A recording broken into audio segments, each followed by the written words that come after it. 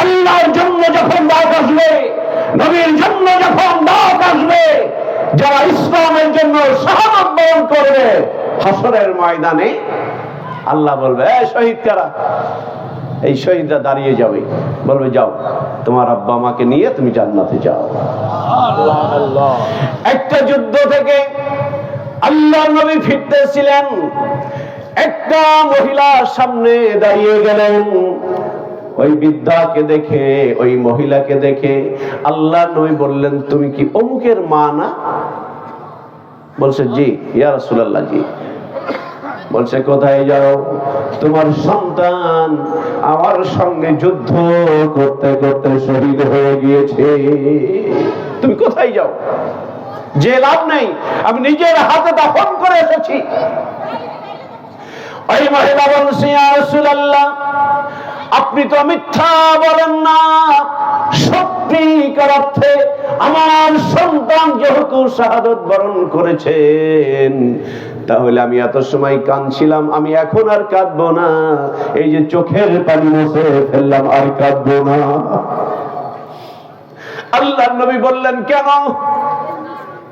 ওই মহিলা বলে, ইয়া রাসূলুল্লাহ, আপনি তো বলেছেন, রিসালাতের জবান সাক্ষ্য দিয়েছে, যারা শহীদ হয়ে যাবে হাসরের ময়দানে তাদের বাবা মার কোনো হিসাব নাকি আল্লাহ নিবেন না। তাহলে আমার সন্তান যেহেতু ইসলামের জন্য শহীদ হয়ে গিয়েছে, আমি ভাগ্যবতী নারী ইয়া রাসূলুল্লাহ, তাহলে আমিও আশাবাদী আমার সন্তান আমাকে নিয়ে বিনা হিসাবে জান্নাতে যাবে। আওয়াজ করে বলুন না সুবহানাল্লাহ। আল্লাহর নবী বললেন, হ্যাঁ হ্যাঁ হ্যাঁ, তুমি তো ভালো করেই জানো আমি মুহাম্মদ ইবনে আব্দুল্লাহ, আমি মন্দ কোনো কথা বলি না, আমি যা কিছু বলি ওমা ইয়ানতিকু আনিল হাওয়া ইন হুয়া ইল্লা ওয়াহয়ুহা।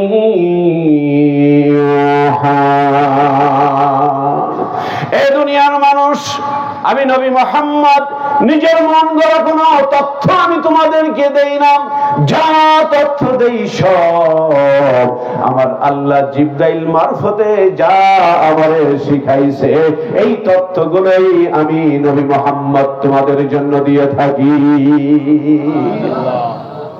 আমার শোনা ভাইয়ারা,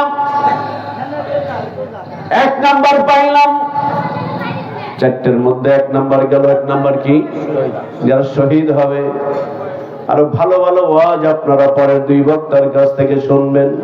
বন্ধুরে, নাম্বার 2, যাদের ঔরসে একজন আলেম পয়দা হবে, যাদের ঔরসে একজন আলেম পয়দা হবে। এখন আলেম পয়দা কোথায় হবে? জলদি স্কুলে, পরপুর স্কুলে, শিবরামপুর স্কুলে, গোপালপুর স্কুলে, কোথায়? মাদ্রাসায়। তাই তো আমি মাঝে মাঝে বলি, মা গো তোমার একটি ছেলে মাদ্রাসাতে দিও, মা গো তোমার একটি ছেলে মাদ্রাসাতে দিও, বাবা গো তোমার একটি ছেলে মাদ্রাসাতে দিও। এই দুনিয়ায় মা গো তুমি জান্নাত কিনে নিও, এই দুনিয়ায় মাগো তুমি জান্নাত কিনে নিও।